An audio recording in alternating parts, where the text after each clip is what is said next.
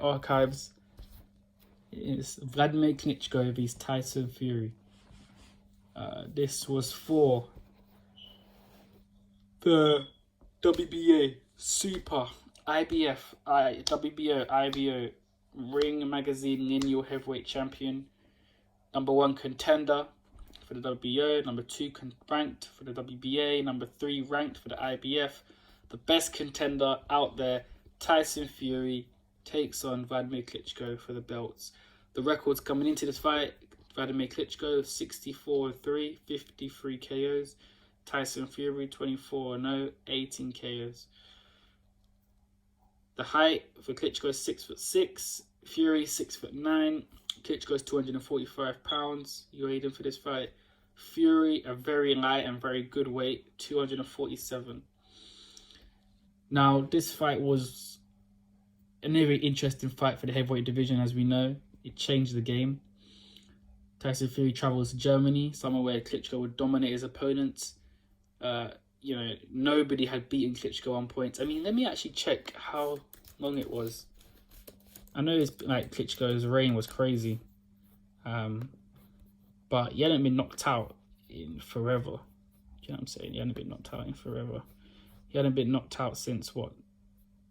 Since 2004, where he got stopped by was it Brewster? Yeah, he got stopped down by Brewster in 2004.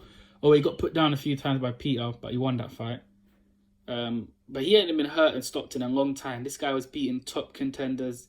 Wasn't the best time in the division, but he was beating the likes of Chagiev, Eddie Chambers, beat Peter again and dominated him. He bashed up Hay, and that was a mismatch. He destroyed Mormek. Thompson he beat. Wack, he bashed up for rounds. Povetkin, undefeated, he destroyed him. Leapai, Pulev, undefeated, and he destroyed him. Brian Jennings, undefeated, and he destroyed him. Round by round. And then Tyson Fury, undefeated. What's going to happen? Klitschko, at this point, had never, ever been beaten in a professional ring on points. Never been outpointed. Never. So, the odds were against Fury. He was in Klitschko's hometown. Klitschko was the better boxer in most people's eyes. They've seen Fury fight against the likes of...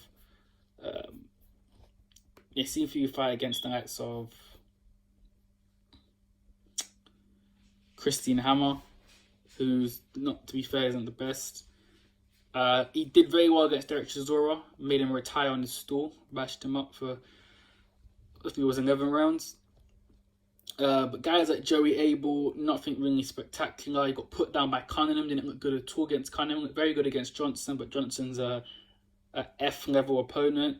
So Fury had not the best resume coming into this fight. He did not find anybody at Klitschko's dimensions, at Klitschko's style, and shown he could outbox lower opposition. But at world level, this was Fury's time to prove himself. Klitschko was definitely the favourite to win this fight. And yeah, it was a great fight. Fury came in shape. One thing I can say is Fury was in shape. 247 pounds for a 6'9" guy. He was in shape. Klitschko is always in shape. He's always in shape. He's always looking ripped. But it was a fight that many people thought Klitschko would knock him out. This guy was knocked out by Steve Cunningham. He wasn't even a big puncher at cruiserweight, let alone heavyweight, and he put Fury down heavily. Nevik Pajkic, a journeyman, put Fury down. So people thought that if Klitschko's got powerful hands, very powerful. If these guys can knock Fury down, then Klitschko will definitely do it. But it wasn't the case. In the fight, Fury was very agile, showed fantastic movement. I mean, one thing you got to say about this fight is Fury utilized the feints fantastically. Klitschko was poised. He just wasn't throwing punches. He couldn't even get his jab off. One thing Klitschko could usually do, he usually did sometimes start slow, but he would at least get a jab off. But Fury had a very lingering jab that would just throw it, and Klitschko was bouncing but just couldn't get his momentum going. He just couldn't get himself going. And as the rounds progressed, it was coming to be the same thing in each round. Fury would move around, lunging, hold, and he would be the one to smother Klitschko. Usually Klitschko is smothering his opponents because he's the bigger guy. But Fury being the bigger, taller, and stronger, and with a longer reach, he was just smothering Klitschko on the inside. Klitschko not really even the best inside fighter anyway, neither is Fury. So when Fury did keep on the outside, he would hit big combinations at Klitschko. Was it hurting Klitschko for the first few rounds, really? You know, he would buzz a few times. He wasn't hurt, you know, but he just wasn't throwing hands. I mean, like, obviously you got to give Fury credit, because Fury was fainting and making things so awkward. He was moving around the ring. He was getting in Klitschko's head. And then leading up to this fight, Klitschko just couldn't get control of Fury. Fury was coming in Batman costume. He was giving Klitschko no credit, saying that he quit in a sauna and he's mentally tougher. Fury gave this guy no credit. He got in his head, and Klitschko just couldn't unravel it. He was just so unsure of himself. I mean, I think the confidence of Fury shocked him even more at that level. Fury was taunting him. He was moving around.